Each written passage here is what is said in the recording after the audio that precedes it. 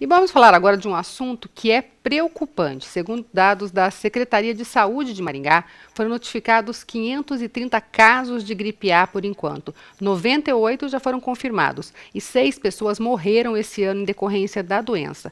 Quem conversa com a gente aqui no estúdio sobre esse assunto é o médico Fernando Volsky. Doutor, boa tarde, Boa né? Tudo tarde. bem? Tudo bom? A gente estava falando agora há pouco que todo sintoma de gripe que for parecido com o da gripe A já começa a ser tratado como gripe A? Como é que é isso? É que assim, é muito a gripe A, ela é indiferenciável do H1N1, né? A gripe A tem vários serotipos, né? Dentre os quais o H1N1, ele é muito patogênico, ele causa muitas doenças. Só que os sintomas, eles são muito pouco diferenciados das gripes normais. Então, uma pessoa que nesse tempo agora começa com febre, dor no corpo, coriza e que tem normalmente a febre um pouco mais alta e mais persistente, já vá ao médico, já faça o segmento com o médico, porque sendo ou não sendo, o tratamento, que é o antiviral, né, acetamivir ou Tamiflu, ele só é efetivo se você começa ele logo no começo dos sintomas. Mesmo que seja ou não seja a influenza, né, o H1N1, o tratamento ele só vai ser efetivo se for feito no começo. Então, por isso que a gente diz, teve sintomas gripais, vá no médico, o médico vai analisar de uma forma geral, né? Vai fazer uma anamnese, vai fazer o exame físico geral e se ele suspeitar, ele vai notificar e dentre os quais ele já vai começar um tratamento. Ou seja, aquela história de, tô com uma gripinha, vou tomar um chazinho, nos dias de hoje é bem arriscado. Não, hoje em dia é importante você vá no médico realmente e veja, né? Infelizmente as UPAs, né, e os postos de saúde vão, principalmente nessas mudanças de clima, vão estar cheios, né? Mas o tratamento é esse, entendeu? Vá. Agora, obviamente, né, de todas as pessoas que elas são infectadas, nem todas vão ter as complicações que a gente está conversando agora, no caso 6 mortes e tal, né? Maiormente são os grupos de risco, até por isso que elas são as prioritárias nas campanhas de vacinação, né? Que são as gestantes de 6 meses a 5 anos, os maiores de 65 anos, ou os portadores de doenças crônicas. Por exemplo, uma pessoa com insuficiência renal, ela já tem o problema dela de base e vindo a isso uma gripe forte, né? Vou colocar como gripe forte para não dizer, né? E que isso vai, complica o seu estado geral, então isso acaba que a pessoa pode vir a falecer de uma maneira geral. A complicação que ela já tinha com o H1N1 no caso, né? A pessoa tomar aí complexos vitamínicos, tem gente que toma vitamina C todos os dias, isso ajuda de alguma forma ou não tem? A vitamina C ela faz parte do sistema imunológico, mas a gente só absorve 50 miligramas por dia, o resto é descartado. Você tomar mais ou menos é indiferente. Então, se você quiser ajudar, quando você tem febre, você gasta um pouco mais de vitamina C, né? Um pouco mais dos 50 miligramas normais, né? Mas você pode, acho que com suco, as coisas naturais, cítricos, você já tem suprido isso. Mas não que isso vá te impedir de ter o contato com H1N1 ou com algum tipo. Você vai ajudar o seu sistema imunológico. Não só isso, né, com uma dieta saudável, né? Eu costumo falar para os pacientes, né, alho e cebola não é tanto para vírus, mas ele já foi confirmado para 13 tipos de infecções, né, que antigamente era dito como os antibióticos, né, da época, pré os antibióticos normais, né. Então, uma alimentação saudável, bastante líquido, que faz com que a resposta imunológica do organismo consiga chegar mais longe. Então, esses são os cuidados gerais que todo mundo deve ter, né? A gente fala os 2 litros por dia, ninguém acredita, mas pelo menos 2 litros para você estar renovando, né, sempre o seu líquido, a água do seu corpo, né?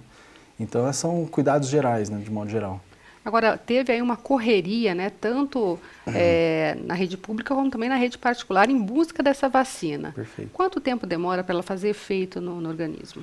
Fazer efeito, eu diria umas 3 semanas já estaria fazendo efeito. Lembrando sempre que essa vacina ela é trivalente. Ela tem H1N1, H3N2 e da influenza B, que existem muito mais vírus que são patógenos, mas são os circulantes aqui na nossa região, né? Tem outros que são da Ásia, que é o H5N7, ou H7N5, não lembro agora. Tem o H9N7, que são outros tipos de Tem vírus tudo que que é eles não... número. São os serotipos, né, que a gente fala, né? Então, esses não estão circulantes aqui na nossa região. Então, eles fizeram uma pesquisa, viram quais são os que estão aqui na nossa região e vão fazer a vacina desses que estão circulando. O problema que teve em 2009 da pandemia, né, que é a endemia de vários países, é porque o vírus da influenza ele é transmitido pelo ar. Entendeu? Diferente de alguns outros vírus que você tem que fazer uma transmissão, é mais difícil ter a transmissão, A pandemia, o risco e a urgência é justamente isso. Um vírus que hoje está na Ásia, uma pessoa que venha para o Brasil, ele consegue disseminar com maior facilidade. Então a gente tem focos endêmicos no mundo inteiro, quando teve essa pandemia. Focos endêmicos, né? Às vezes foi uma pessoa que chegou e tal.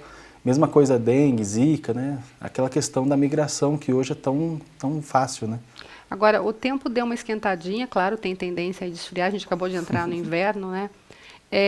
As famílias, quem tem crianças ou quem não faz parte do grupo, né, que toma a vacina pela rede pública, deve ficar preocupada, deve realmente correr atrás, ou é mais indicado manter uma saúde em dia? Se você tem condições de ter a vacinação, nada contra, entendeu?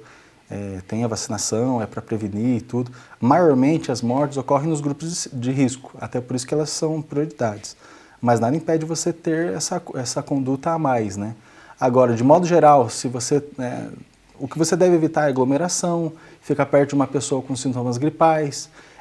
Se você está com sintomas gripais, né, ter aquela questão o vírus ele é aspergido, né? Então tapar a boca, usar álcool, o lenço que você usou para escorrer o nariz, jogar fora, um lenço descartável, ou se não tiver nada, o braço ou a camiseta, eu falo assim, né? Ou para você não passar, ou se você tiver uma pessoa próxima, evitar. Então evitar aglomerações. Por isso até que o pessoal acha ruim, né, dos presos, né? Mas é que uma pessoa infectada infectaria todos. Mas isso também acontece nos asilos, que são áreas de aglomeração popular, né? Asilos, enfim. Transporte público? Transporte público, a questão do transporte público, você tem que se proteger, né? Até no Japão, que todo mundo estava com a máscara, aquela questão toda. É extremar os cuidados. Você já viu, né, 500 e poucos casos notificados é a desconfiança, né? E os confirmados, inclusive algumas mortes. Então, assim, previna-se sempre, entendeu? Não pague para ver como é a doença. Então, sempre ter os cuidados gerais, que eu acho que não é tão difícil de tê-los, né? Principalmente criança que anda muito no chão, entendeu? Que não tem cuidado, que tudo coloca na boca, até por instinto mesmo, né? Mas as crianças mesmo, as mães tenham sempre um alquinho na mão, um alquinho na bolsa para jogar na mão da criança, para evitar essa transmissão, né? A amamentação também é importante, entendeu? Que não somente pelo caso do vírus do H1N1, mas N vírus, né? Que começam agora na época do frio. Também as alergias, né, que os postos e as UPAs estão lotados agora nessa mudança, né. Também uma coisa interessante que eu falo assim é que todo mundo lembra do frio da coberta que ficou 1 ano guardada, mas ninguém lembrou de lavar ela antes desse 1 ano, né? Antes de chegar o frio. Antes de chegar o frio. Então aquela coberta ou aquela blusa, ela ficou 1 ano guardada, talvez você nem lavou ela para ser guardada, né?